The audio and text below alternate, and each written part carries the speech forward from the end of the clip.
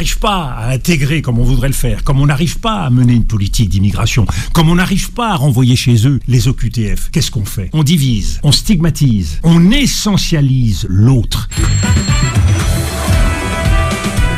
La matinale avec Kim sur Beurre FM. Et ce matin, plus que jamais, nous sommes au cœur de l'actualité avec un invité exceptionnel que nous allons accueillir dans un instant. Monsieur Dominique de Villepin, ancien Premier ministre, ancien ministre des Affaires étrangères. Vous avez notamment porté la voix de la France sur la scène internationale lors du fameux discours historique à l'ONU en 2003. Vous revenez aujourd'hui au centre du débat public avec votre mouvement, la France humaniste, avec des prises de position fortes sur Gaza, sur l'Algérie, l'Europe et l'avenir politique du pays. Bonjour Nasser Ketan. Bonjour Kim, bonjour Dominique de Villepin. Bonjour. Merci mille fois d'avoir accepté notre invitation. Alors si je dis bienvenue et merci au futur président de la République française d'avoir accepté notre invitation, vous réagissez comment ? Écoutez, attendons, soyons prudents. Vous savez, dans ce domaine, c'est les Français qui choisissent.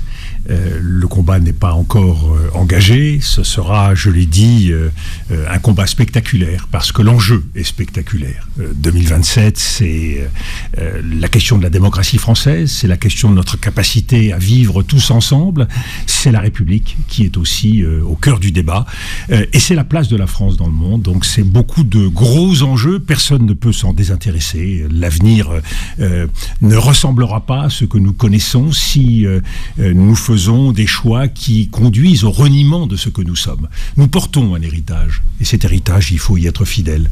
Donc c'est ce qui m'anime, et je souhaite, avec tous ceux qui portent la même ambition, qui portent le même dessein, travailler main dans la main. Alors il y a une question qui me taraude. Vous faites partie des personnalités les plus populaires de France aux côtés de Zinedine Zidane et de Jean-Luc Goldman. Vous arrivez quasiment en tête des personnalités politiques en tout cas. Mais quand on fait des sondages, des instituts de plus en plus contestés d'ailleurs, vous êtes donné à 5%, 10%, etc. Moi, je comprends pas ça. C'est une énigme pour moi. Oui, je pense que c'est une énigme assez simple. Je suis resté à l'écart du jeu politique, et non pas volontairement, mais les circonstances ont fait que pendant 18 ans, je me suis éloigné de la politique. Donc les Français ne me situent pas forcément dans le combat politique, dans la bataille politique, dans le jeu électoral. Et il s'agit pour moi de prendre à bras-le-corps ce qui préoccupe les Français et de montrer qu'il y a une alternative à ce qui se dessine. Il ne faut pas être gland-clair pour comprendre que le chemin semble tout tracé pour le Rassemblement national.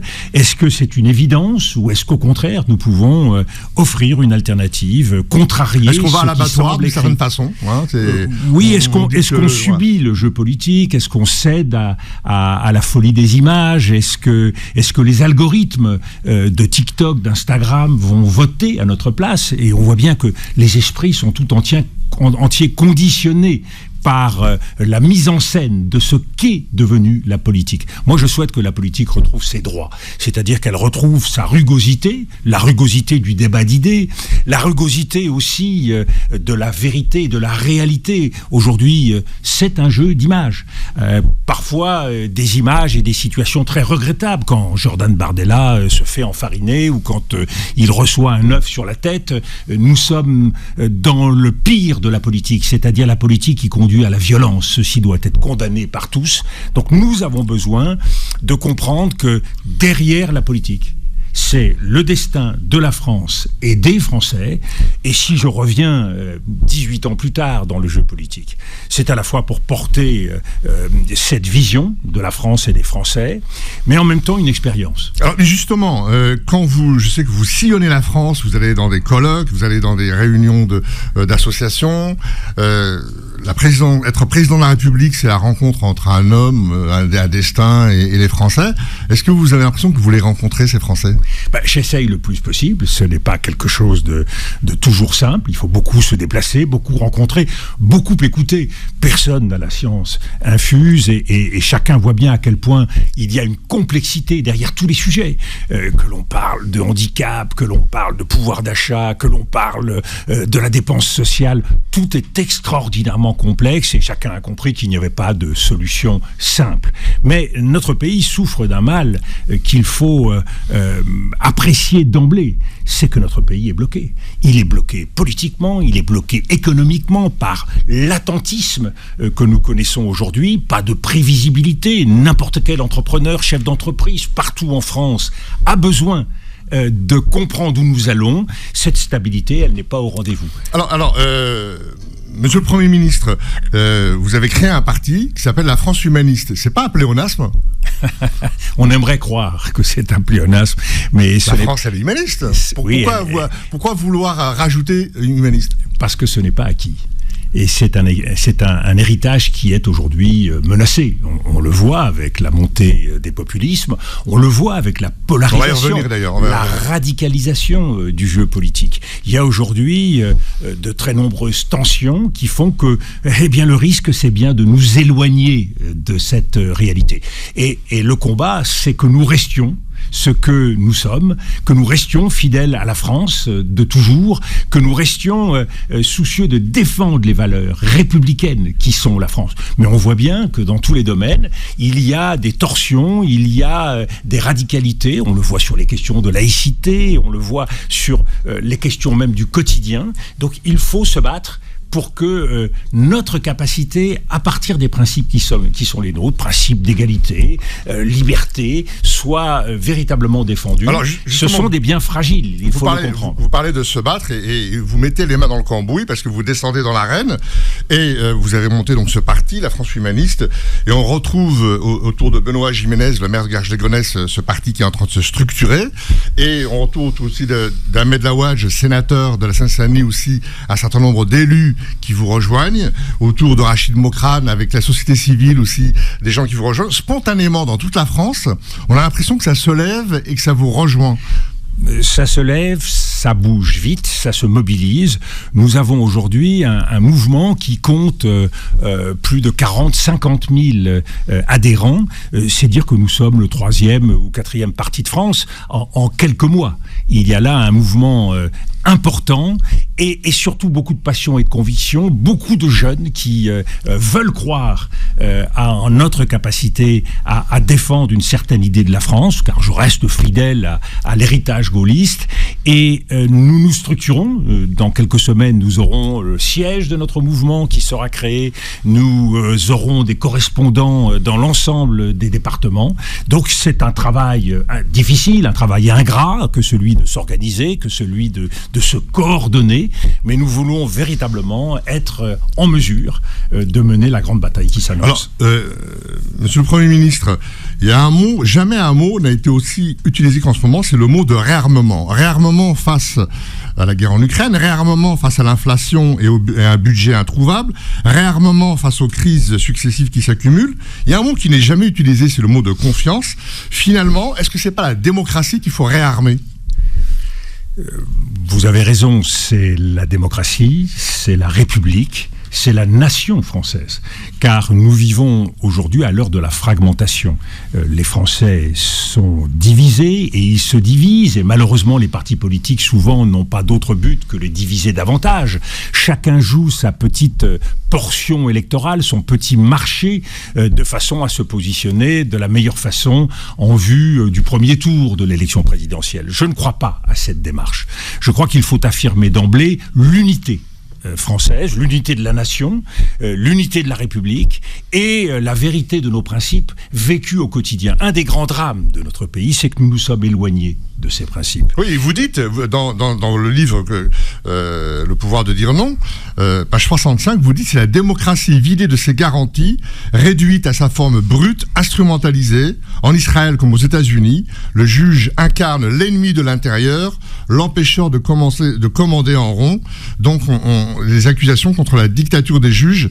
Donc vous dites que oui, c'est la démocratie qu'il faut sauver, et ça commence par les arts, l'éducation, et écrire, filmer, transmettre.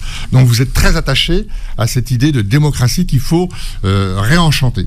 Oui, la tentation, c'est la fuite en avant. C'est la critique permanente de tout, de nos institutions, de la justice, de la police, de la sécurité. Je crois qu'il faut comprendre que dans tout État, il faut des piliers qui incarnent l'ordre public, des piliers qui incarnent la justice sociale. Et c'est cet ordre républicain et cet équilibre entre l'ordre républicain et la justice sociale qui sont déterminants. L'État est en train de s'affaisser. L'État qui permettait à notre pays de se tenir debout, qui en était en quelque sorte la colonne vertébrale, eh bien l'État doute, hésite, se fragilise. Et c'est donc cette reconstruction, vous parlez de réarmement, qui me paraît si important, la capacité de remettre chaque chose à sa place et de donner un rôle à chacun. Nous sommes dans une société où trop facilement on accepte que des pans entiers de cette société vivent en marge. Et l'on voit la catastrophe quand nous sommes confrontés à des grands défis. On le voit aujourd'hui avec les trafics de drogue, les grands réseaux. Eh bien, nous n'avons plus alors la capacité à répondre et à réagir. De retour sur notre plateau de la matinale avec notre invité ce matin, monsieur Dominique de Villepin, ancien Premier ministre, ancien ministre des Affaires étrangères, et Nasser Kétan. Alors, si vous le permettez, Nasser, j'ai trois thématiques qui reviennent régulièrement de nos auditeurs. Ils aimeraient évidemment que vous abordiez les relations franco-algériennes, relations abîmées, le sujet évidemment de la Palestine, un sujet très important, et un troisième sujet qui nous a été aussi suggéré par les auditeurs, ce sont les féminicides. Voilà, un sujet qui tient donc à cœur à nos auditeurs et qu'ils aimeraient que vous abordiez. Tout à fait. Et Dominique de Villepin, qui a sorti un magnifique livre, Le pouvoir de dire non. Dominique de Villepin, donc aux éditions Flammarion, un très très beau livre que je vous conseille. Alors, Kateb Yassine, que vous connaissez, magnifique écrivain d'origine algérienne et connu mondialement, a dit dans une de ses livres, être libre, c'est pouvoir dire non. Parce que là, vous dites le pouvoir de dire non, et lui, il dit être libre, c'est pouvoir dire non. Oui, c'est ce qu'il a écrit. Hein. Oui, c'est pouvoir dire non, c'est pouvoir s'affirmer avec son entièreté, avec toutes ses exigences. Est-ce que ça veut dire être en opposition, être en transgression ? Mais c'est avoir la liberté de choisir, la liberté de s'opposer. Est-ce que tout le monde peut dire non ? Bien sûr, mais le premier apprentissage des enfants, c'est de commencer par dire non. Ça fait partie de l'affirmation d'une personnalité. On se pose en s'opposant. La formule est bien connue et elle est pleine de bon sens. La première chose pour prendre conscience de soi-même, c'est de se mesurer au monde, aux autres, aux grands enjeux. C'est comme cela que la personnalité commence à s'affirmer. Donc ce ne doit pas être un systématisme. Il ne s'agit pas systématiquement d'être contre tout et de dire non à tout. Mais pour pouvoir dire oui, il faut être capable d'affirmer ce que l'on est, son identité, sa personnalité, et avoir la liberté de le faire. C'est ce qui manque malheureusement dans beaucoup de sociétés, c'est cette capacité à ne pas être réduit à un oui obligé, mandatoire, soumis, mais de pouvoir s'affirmer entièrement, de pouvoir affirmer sa responsabilité. Dominique de Villepin, un vent mauvais souffle sur l'Europe, il souffle outre-Atlantique, xénophobie, populisme, démocratie illibérale, surenchère des prédateurs en tout genre. On a l'impression que les aiguilles de la boussole s'affolent. Ici et là, on réclame des hommes forts, mais est-ce que c'est pas d'un cap que les gens ont besoin ? Est-ce que c'est pas un horizon de paix, de prospérité dont ils ont besoin ? Ce cap, on a du mal à le saisir chez les hommes politiques. Vous avez raison.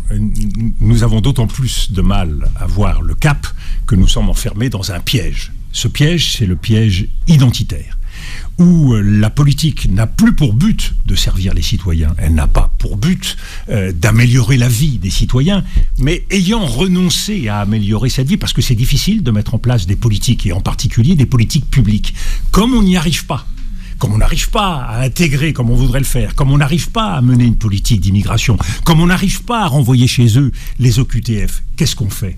Eh bien, on divise, on stigmatise, on essentialise l'autre. Et cette machine identitaire, elle a pour but de servir de spectacle, de détournement des attentions. Donc vous avez raison, il faut une vision. Cette vision, elle est très simple. il faut que nous soyons capables de rester nous-mêmes dans un monde qui est un monde de plus en plus dangereux. La France, elle est riche de quoi ? Elle est riche de ses principes républicains. C'est ça qui fait que chacun d'entre nous a une place. Et chacun d'entre nous a une place comme citoyen. Ce qui s'est considérablement dégradé dans les dernières années, c'est cette importance de la citoyenneté. Nous avons tendance à vouloir nous juger les uns et les autres en fonction de notre origine, de notre confession. On règle des comptes. Regardons la loi posée par les Républicains, par Laurent Wauquiez, qui, pour la énième fois, veut se servir du voile, de l'interdiction du jeûne pour les jeunes hommes et les jeunes femmes. Donc, essayer de poser des actes qui vont là encore détourner l'attention, en oubliant que la laïcité, ce n'est pas de s'en prendre à une religion pour privilégier une autre, mais de préserver la neutralité de l'État et le respect. Ça, c'est cultiver la peur et faire le lit des absolument. La liberté de conscience, le respect de la liberté de conscience, c'est au cœur. Donc, il faut un cap. Défendre nos valeurs, défendre nos idéaux, mais pour cela, il faut aussi des garde-fous. Or, nous sommes dans des sociétés qui ont perdu ces garde-fous, qui se divisent, qui se fragilisent, et c'est cette difficulté, cette incapacité à nous affirmer en Europe et dans le monde, à nous défendre, qui nous conduit ainsi, chacun, à se retourner contre les autres. Et cette machine à détruire, cette machine à diviser, il est urgent de l'enrayer. Et une fois de plus, la réponse, c'est la République, toute la République. C'est un État capable de structurer la réponse en termes de politique publique, et c'est une nation. Arrêtons d'opposer des origines, arrêtons d'opposer des confessions, rassemblons-nous, c'est l'essence même du gaullisme. Le général de Gaulle voyait un peuple rassemblé, le peuple du sursaut, celui qui est capable de faire face dans la difficulté. Ce n'est pas un peuple qui compte les bons et les mauvais, qui compte les forts et les moins forts. C'est celui qui donne une place à chacun. Alors, Dominique de Villepin, votre aura, c'est entre autres le discours de l'ONU pour dire non à la guerre en Irak. Sur les questions internationales, vous êtes apparu comme quelqu'un qui était aux antipodes des éléments de langage habituels, notamment sur la Palestine et sur l'Algérie. Sur la Palestine, dans une récente interview, Edoui Plenel, le fondateur de Mediapart, dit à propos de la Palestine: on ne répare pas un crime par une injustice. L'Occident a une responsabilité morale dans le laisser-faire d'Israël qui commet un génocide au vu et au su du monde entier. Nous avons, en matière internationale, nous Français, deux boussoles auxquelles nous devons rester fidèles. La première, c'est le droit international. En toutes circonstances, nous devons nous référer à ce droit, le respecter et nous mobiliser avec la communauté internationale pour faire en sorte que tous les États soient au rendez-vous. Nous avons une deuxième boussole, c'est la justice. Or, nous le savons, au lendemain de la Deuxième Guerre mondiale, avec la création de l'État d'Israël, il y a quelque chose qui a été raté, quelque chose qui a manqué. C'est la création et la reconnaissance d'un État palestinien. Et nous savons que le Moyen-Orient ne pourra pas trouver son équilibre. Tous les États arabes, musulmans de la région le savent, sans cette reconnaissance. Ce qu'il faut donc, c'est essayer d'avancer. La France, tardivement, a compris qu'il fallait poser comme un acte fondateur la reconnaissance de l'État palestinien. Mais nous voyons bien mais à chaque fois on parle de réunir des conditions. La route est encore longue. Nous voyons bien que la première phase du plan de paix qui avait été décidé par Donald Trump et qui devait conduire au cessez-le-feu et bien sûr à la libération des otages et la remise des dépouilles de ceux qui étaient morts pendant ces prises d'otages, n'a pas conduit au retrait israélien et ne conduit pas non plus à un véritable cessez-le-feu. Donc notre responsabilité de Français et d'Européens, c'est de continuer à mener ce combat pour faire en sorte qu'enfin ce cessez-le-feu puisse trouver une place. C'est le destin, bien sûr, de Gaza. C'est aussi la situation en Cisjordanie qui se dégrade également. C'est l'incertitude qui continue de peser sur le Liban et sur la Syrie, avec toute une série d'initiatives militaires de la part d'Israël. Donc nous devons créer ces conditions pour que véritablement ce Moyen-Orient puisse trouver sa stabilité. Et puis, vous parliez tout à l'heure de l'Algérie. Nous voyons bien à quel point tous ceux qui veulent faire l'éloge de la radicalité, faire l'éloge de la confrontation, ont tort. Cette confrontation, cette radicalité ne peuvent conduire qu'à des positions de plus en plus dures de chaque côté. Il nous faut retrouver un langage commun, il nous faut retrouver un objectif commun. Et c'est pas très difficile. Nous avons une histoire partagée. Nous avons des Franco-Algériens, nous avons des Algériens qui vivent en France. Nous devons à tout cela de retrouver une parole commune. Et Boualem Sansal a été libéré. Je veux croire que d'ici quelques semaines, Christophe Glaise le sera aussi, et que nous aurons alors les conditions entre les deux présidents de la République pour renouer. De ce point de vue-là, Laurent Nunez a clairement marqué sa volonté d'aller de l'avant. Eh bien, il faut encourager tous les efforts qui vont dans ce sens, tant les problèmes que nous avons à régler sont nombreux. Il n'y a pas uniquement les questions de mémoire. Il y a des enjeux également économiques, des enjeux géopolitiques très importants, tant la situation se dégrade au Sahel, tant la question du Sahara occidental reste encore une solution, un problème difficile à régler. Donc sur tous ces sujets, eh bien la France et l'Algérie doivent trouver le moyen d'avancer ensemble dans le respect mutuel. Kim, une question. Oui, justement, sur ce même sujet, je sais que vous êtes quelqu'un d'engagé, vous prenez souvent des prises de position qui sont à l'opposé de ce que l'on peut entendre dans les médias aujourd'hui, qui malheureusement dénigrent ce pays qu'est l'Algérie, mais aussi finalement les Franco-Algériens, et bien plus parfois.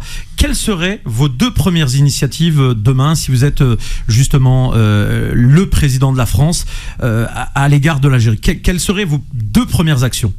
La première, c'est ce qui n'a pas encore été fait, ce que le président Macron s'est efforcé de commencer. Il a initié à travers la reconnaissance d'un certain nombre d'événements tragiques, historiques entre nos deux pays, mais je crois qu'il faut aller plus loin.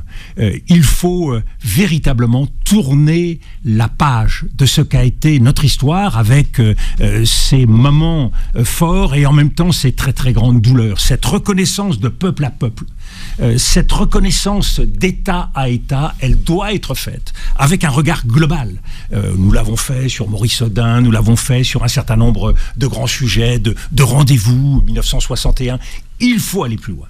C'est véritablement la capacité à assumer toute notre histoire et à reconnaître toutes les douleurs qui se sont produites de part et d'autre. Je crois que nous arrivons au moment où cela devient possible. Dominique de Villepin, sans rentrer dans la hiérarchie des douleurs que vous venez d'invoquer, est-ce qu'il ne faut pas, comme vous dites, il faut instaurer ça dans l'éducation, à l'école, dans l'enseignement de la guerre? Est-ce que, par exemple, comme on fait avec des enfants d'école, etc., on les emmène dans des camps, à Auschwitz, etc., pour qu'ils voient l'horreur de la Shoah, etc., des enfants français, est-ce qu'il ne faut pas faire la même chose, par exemple, en Algérie, emmener des enfants, là où il y a eu les enfumades, dans les grottes du Dahra? Est-ce qu'il ne faut pas les emmener dans le sud, où il y a eu les expériences nucléaires? Est-ce que, par exemple, il ne faut pas un geste comme Helmut Kohl et Mitterrand, quand ils ont fait la réconciliation, la main dans la main, et ils se sont... Est-ce qu'il n'y a pas des gestes comme ça qu'il faut montrer, qui sont beaucoup plus emblématiques que, bon, bien sûr qu'il faut reconnaître les crimes, etc. Mais ça, l'Algérie ne va pas donner des médailles parce qu'on a reconnu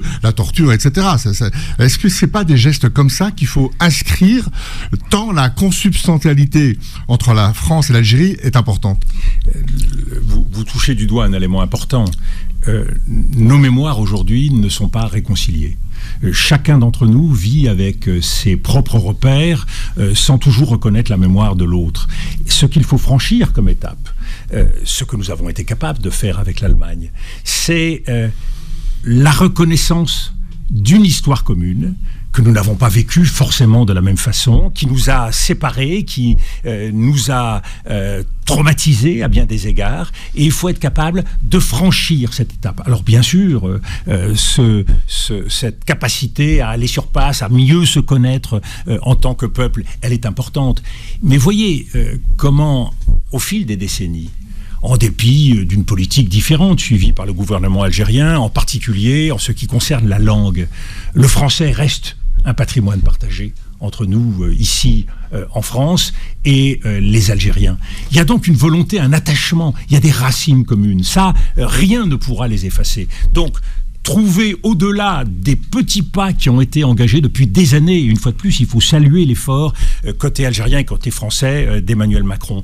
Mais nous avons besoin maintenant d'un regard, d'une reconnaissance de peuple à peuple, de personne à personne. Alors, il s'agit d'une reconnaissance des identités. Dans cette reconnaissance, Dominique de Villepin, le président Tebboune organise une réunion hier, le 31 et aujourd'hui, des pays africains pour demander de verser des réparations à l'Afrique. Donc la France, l'Allemagne, la Belgique, l'Angleterre sont un peu invoqués, mais pas la Turquie, qui a colonisé aussi l'Afrique du Nord pendant près de 5 siècles. Et cette initiative réclame une justice pour les Africains et les personnes d'ascendance africaine à travers la réparation. Et on a l'impression que l'initiative du président Tebboune vient en écho à ce que vous écrivez, page 129 de votre livre, Le pouvoir de dire non. Ne pas reconnaître la portée du colonialisme, c'est entretenir un sentiment de supériorité morale qui rend sourd aux revendications des peuples opprimés. C'est ce que vous écrivez, page 129.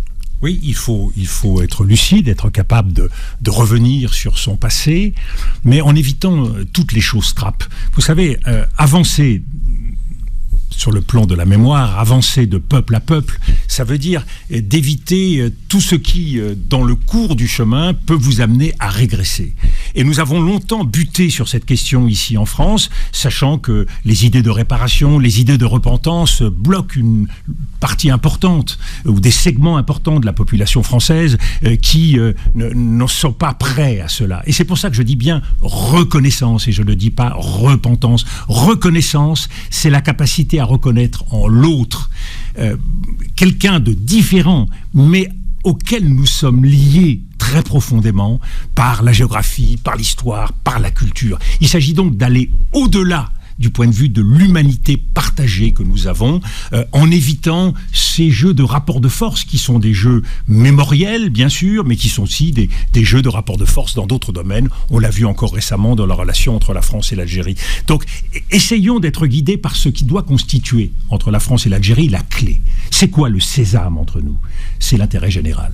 Il y a un intérêt général. Faire en sorte que l'Algérie, l'Afrique du Nord puisse... La Méditerranée puisse retrouver la capacité à se défendre sur le plan économique. L'Algérie et les pays d'Afrique du Nord, le Maroc, la Tunisie, c'est un formidable potentiel économique. Est-ce que nous sommes véritablement à la hauteur des potentialités, des possibilités? Sur le plan géopolitique, nous voyons bien le risque djihadiste qui existe aujourd'hui au Sahel. Nous voyons bien à quel point le Sahara occidental reste encore une épine très profondément plantée. Il y a un chemin. L'Algérie est en train de normaliser, d'améliorer considérablement ses relations avec les États-Unis, tout en préservant les relations qu'elle a historiquement avec la Russie. Voilà un mouvement qui peut replacer et l'Algérie et l'ensemble de l'Afrique du Nord dans le concert des nations. Nous devons appuyer ces mouvements qui doivent permettre de regarder vers l'avenir. Un des drames aujourd'hui pour nombre de populations dans cette région, c'est le sentiment toujours d'être piégé dans un regard vers le passé. Regardons vers l'avenir. Et nous subissons, nous, en France, à bien des égards, le même problème. Et c'est ensemble que nous pouvons arriver à bâtir un avenir commun. De retour sur notre plateau avec Monsieur de Villepin, qui est notre invité ce matin, et Nasser Kettane. Oui, Monsieur le Premier ministre, récemment, au Collège de France, vous avez été une victime collatérale autour d'un colloque, qui a été interdit pour antisémitisme et apologie du terrorisme. Vous deviez intervenir sur la situation au Proche-Orient. Et vous n'avez pas trop réagi là-dessus. J'ai d'autant plus réagi que le colloque a finalement eu lieu et donc j'ai pu dire ce que j'avais à dire. Quand on regarde ce type d'événement et ce type de polémique, on voit bien que on s'arrête à la polémique, mais on ne cherche pas à comprendre ce qui se passe. Ce qui se passe, c'est la difficulté qu'il y a aujourd'hui encore en France à pouvoir dialoguer, à pouvoir s'exprimer, à pouvoir se comprendre sans polariser le débat, sans s'arrêter à la seule polémique. Et moi, j'appelle de mes voeux une France où on puisse parler avec tout le monde et où on puisse parler de tout, dans un esprit de compréhension, dans un esprit de dialogue. Vous savez, quand la parole est limitée, quand elle est empêchée, eh bien, ce qui surgit immédiatement, c'est la violence. Et donc, nous avons intérêt à faire en sorte que la France, pays de libre expression, et surtout quand il s'agit d'un colloque organisé par l'une des personnalités les plus respectées du Collège de France, le professeur Henri Laurence, qu'à aucun moment le soupçon de censure ne puisse peser. Et je vois avec inquiétude le débat se restreindre, la polémique l'emporter à chaque fois. À tel point que le directeur du Collège de France interdit le colloque. Oui, c'est incroyable. C'est incroyable. L'exemple que vous prenez est bon, mais ce dont nous parlons se vérifie tous les jours à travers un certain nombre de médias, de réseaux sociaux, de chaînes en continu, où la parole est limitée à ceux qui pensent de la même façon sans que le dialogue puisse se nouer. Alors justement, nous sommes plus forts quand nous pouvons écouter l'argument des autres. Et c'est à cela que nous devons nous appuyer. Là-dessus, on a l'impression que, je veux dire, la lutte antiraciste ou la lutte contre l'antisémitisme est confisquée par deux organisations, le CRIF et la LICRA, qui sont des associations militantes engagées aux côtés du gouvernement israélien dans une surenchère sans fin. Ces structures apportent le conflit en France. Et personne ne souligne cette duplicité. On a l'impression qu'on évacue le MRAP, la Ligue des droits de l'homme, etc. On a l'impression que tout ça se construit autour de gens comme Pierre-André Taguieff, Pascal Bruckner, etc. Moi, vous savez, je me suis fixé une règle dans ma vie politique et ma vie d'homme. C'est ne jamais m'en prendre à des personnes. Ne jamais polariser sur telle ou telle institution. La diversité fait partie de notre paysage intellectuel, culturel, politique, et moi je souhaite que chacun puisse s'exprimer, chacun puisse faire ce qu'il doit faire, qu'il s'agisse de la LICRA ou de toute autre organisation. Je suis respectueux du rôle de chacun. Mais ce qui me paraît essentiel, c'est que nous évitions les uns et les autres l'essentialisation. C'est quand telle personne considère qu'il détient l'ensemble des positions justes et qu'il interdit à l'autre de s'exprimer. Nous avons, nous Français, à préserver ce patrimoine d'échange, de dialogue, sans tomber dans cette querelle qui consiste à faire le procès d'intention. Vous avez quand même des éléments comme il y a eu la diabolisation du drapeau palestinien. C'est un drapeau parmi tant d'autres. Pourquoi diaboliser ce drapeau ? Pourquoi ? De la même façon, on pourrait évoquer les questions liées à ce qu'on a appelé l'entrisme ou le séparatisme. Nous devons à la fois être soucieux de liberté et en même temps, nous ne devons pas être dupes qu'il y a des organisations des deux côtés qui ont la tentation de tirer la couverture à eux et d'instrumentaliser l'opinion publique. Et donc nous devons veiller, et c'est cela la France, c'est ça la République, à nous retrouver sur des valeurs. Moi je refuse l'instrumentalisation des deux côtés. Et malheureusement, tout au long du conflit de Gaza, qui n'est pas terminé, on a vu cette instrumentalisation, on a vu ce rapport de force créé. La France doit être au-dessus de cela. La France doit trouver le moyen de s'appuyer sur des principes et non pas godiller d'une partie à une autre. Et c'est en cela que la diplomatie française n'a pas su toujours trouver le cap. Nous, notre objectif, ça reste l'essentiel. C'est la paix et la justice. Il ne s'agit pas d'interdire à X ou d'interdire à Y. Il ne s'agit pas de faire droit à l'un ou à l'autre. C'est de refuser toute instrumentalisation du débat. Et ça doit conduire aussi, dans notre pays, à la vigilance. C'est une obligation. Nous ne devons pas être naïfs. Il y a un certain nombre de mouvements islamistes qui existent dans notre pays et qui veulent tirer l'avantage à eux. Eh bien, soyons assez lucides pour éviter que notre société ne soit gagnée par des gens qui ne nous veulent pas du bien et qui ne veulent pas du bien à la République. C'est en cela qu'une loi comme celle proposée par les Républicains rate sa cible. Cette loi, elle ajoute de la division, elle ajoute de la stigmatisation, et au final, elle fait le jeu de ces mouvements islamistes rampants au sein de notre société qui cherchent à tirer avantage de ces divisions et de ces stigmatisations. L'objectif pour nous, c'est de maintenir l'unité de tous les Français en évitant la division parce que ce sont ceux qui sont les ennemis de notre pays, qui veulent tirer avantage de cette division. Monsieur le Premier ministre, mais on stigmatise la jeunesse de façon générale. Est-ce que aujourd'hui la cause palestinienne n'est pas devenue une cause mondiale, comme l'a été la lutte contre l'Afrique du Sud à l'époque avec Nelson Mandela, la lutte pour la libération du peuple algérien avec la révolution algérienne? Aujourd'hui, la jeunesse de Harvard aux États-Unis, à la Sorbonne à Paris, à Cambridge en Angleterre, ou en Espagne ou encore en Allemagne, la jeunesse est saisie de ce combat.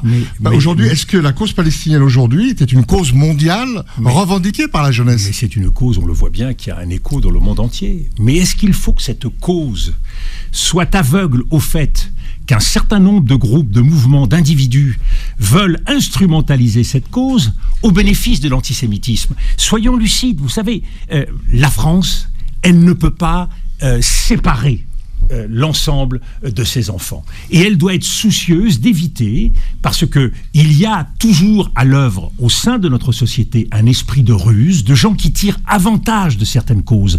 Donc moi, que l'on avance pour créer un État palestinien, que l'on soit soucieux de justice, oui, que l'on instrumentalise cette cause à d'autres fins, et en particulier, dans certains cas contre la communauté juive, ou pour promouvoir des actes antisémites, là, je dis non. Et c'est exactement ce que j'ai répété en clôture du colloque. On ne peut pas, parce que on considérait qu'il y a un esprit de résistance qui justifie tout, eh bien, faire l'éloge du 7 octobre. On doit condamner le 7 octobre, on doit condamner dans toute situation les actes de terrorisme, c'est une exigence absolue.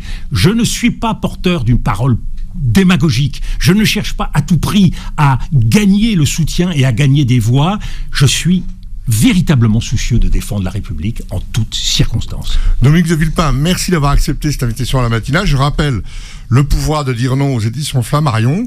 Et puis, je vous propose de nous retrouver dans les grands témoins dimanche prochain, entre 17h et 18h, toujours avec Dominique de Villepin.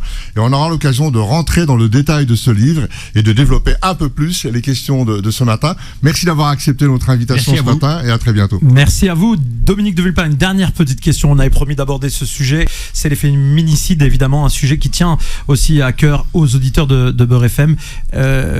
Qu'est-ce que vous pourriez dire sur ce sujet et quelles seraient vos initiatives ? La polarisation de la violence dans le cercle familial, nous le savons, est un des drames auxquels trop de familles sont confrontées, et c'est un des drames qui mine la société française. La violence contre les femmes, dont on ne parle pas assez parce qu'elle est à l'intérieur de la vie familiale, mais nous le savons, chaque heure, chaque jour, trop de femmes sont victimes. Le soutien, la mobilisation de la société, de nos institutions, et en particulier des protections policières, sont parfois trop lentes à être mises en place, trop intermittentes. Elles interviennent souvent trop tard. Combien de cas dramatiques de jeunes femmes qui sont rattrapées par des situations dangereuses, alors même qu'elles avaient sollicité une protection, l'éloignement d'un conjoint violent. Donc oui, beaucoup plus d'écoute, beaucoup plus d'attente, des systèmes beaucoup plus réactifs, et la possibilité d'accueillir des jeunes femmes avec leurs enfants pour les sortir de situations de danger où elles sont menacées, en leur accordant le bénéfice d'une confidentialité. Je crois qu'il y a aujourd'hui très identifié beaucoup de réponses, beaucoup de solutions, mais c'est la mobilisation de tous, l'attention de tous qui est aujourd'hui requise. Merci à vous, monsieur de Villepin.